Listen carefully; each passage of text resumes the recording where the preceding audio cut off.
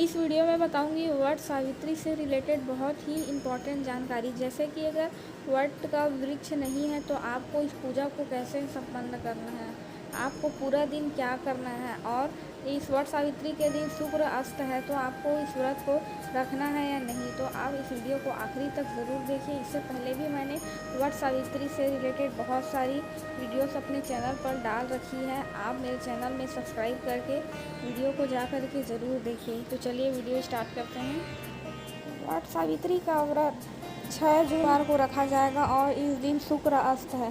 तो शुक्र अस्त होने पर व्रत को करें या ना करें। तो सबसे पहली बात, उत्तर प्रदेश और बिहार में मल मास और अधिक मास को माना जाता है।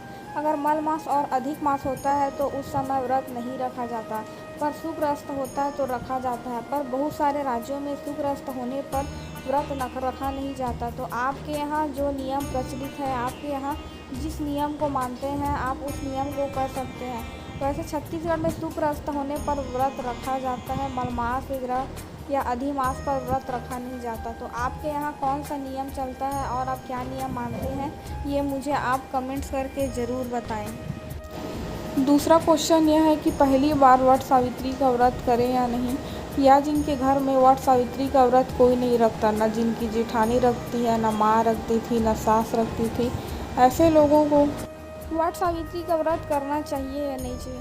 तो देखिएगा, ये सबसे बड़ी बात है कि अगर आपके घर में ये व्रत नहीं सहता, ऐसा होता है ना कि कोई व्रत किसी के घर में नहीं सहता, उससे रिलेटेड कुछ उस दिन कुछ हो जाता है, कुछ घटना हो जाती है जिसके वजह से लोग उस दिन व्रत रखना छोड़ देते हैं। तो अगर आपके घर में ये व्रत नहीं सहता तो आपको बिल्कुल भी नहीं रखना चाहिए। और अगर आपके पूर्वज इस व्रत को नहीं रखते तो भी आपको नहीं रखना चाहिए।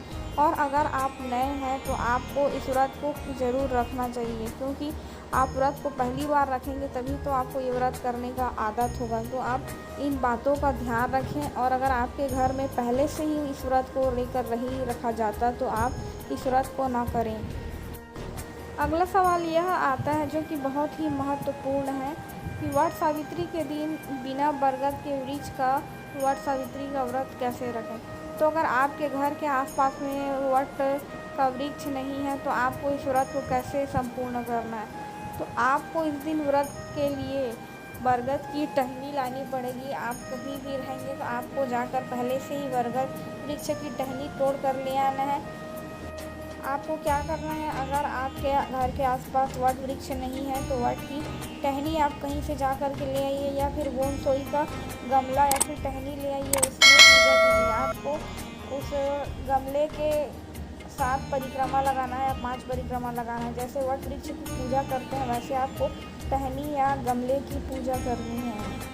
वट सावित्री के लिए क्या मुहूर्त है, इसके पीछे की क्या कहानी थी और पूजा विधि मैंने अपने चैनल पर डाल रखी है। आप ये वाली वीडियो को जा करके ज़रूर देखिए, मैं डिस्क्रिप्शन बॉक्स में भी डाल दूँगी।